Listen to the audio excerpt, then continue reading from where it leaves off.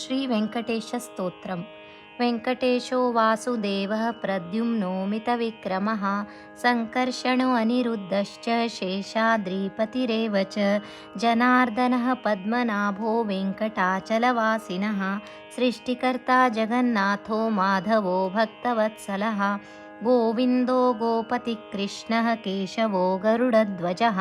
वराहो वामनश्चैव नारायण अदोक्षजः श्रीधरः पुण्डरीकाक्षः सर्वदेवस्तुतो हरिः श्रीनरसिंहो महासिंहः सूत्राकारः पुरातनः रमानाथो महीभर्ता भूधरः पुरुषोत्तमः चोलपुत्रप्रियः शान्तो ब्रह्मादीनां वरप्रदः श्रीनिधिः सर्वभूतानां भयकृद्भयनाशनः श्रीरामो रामभद्रश्च भवबन्धैकमोचकः भूतावासो गिरावासः श्रीनिवासः श्रियःपतिः अच्युतानन्तगोविन्दो विष्णुर्वेङ्कटनायकः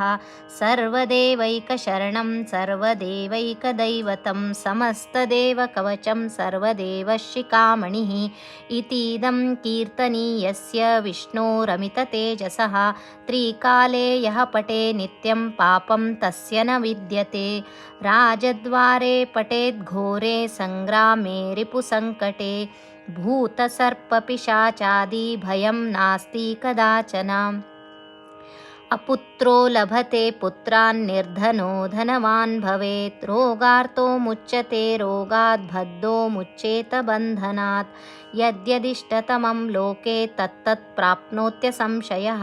ऐश्वर्यं राजसन्मानं भुक्तिमुक्तिः फलप्रदं विष्णुर्लोकैकसोपानं सर्वदुःखैकनाशनं सर्वैश्वर्यप्रदं नृणां सर्वमङ्गलकारकं मायावी परमानन्दं त्यक्त्वा वैकुण्ठमुत्तमं स्वामि पुष्करणीतीरे रमया सह मोदते कल्याणाद्भुतगात्राय कामितार्थप्रदायिने श्रीमद्वेङ्कटनाथाय श्रीनिवासाय ते नमः। वेङ्कटाद्रिसमं स्थानं ब्रह्माण्डे नास्ति किञ्चनः वेङ्कटेशसमो देवो न भूतो न भविष्यति एतेन सत्यवाक्येन सर्वार्थान् साधयाम्यहम् इति श्रीब्रह्माण्डपुराणे ब्रह्मनारदसंवादे श्रीवेङ्कटेशस्तोत्रं सम्पूर्णम्। श्रीकृष्णार्पणमस्तु।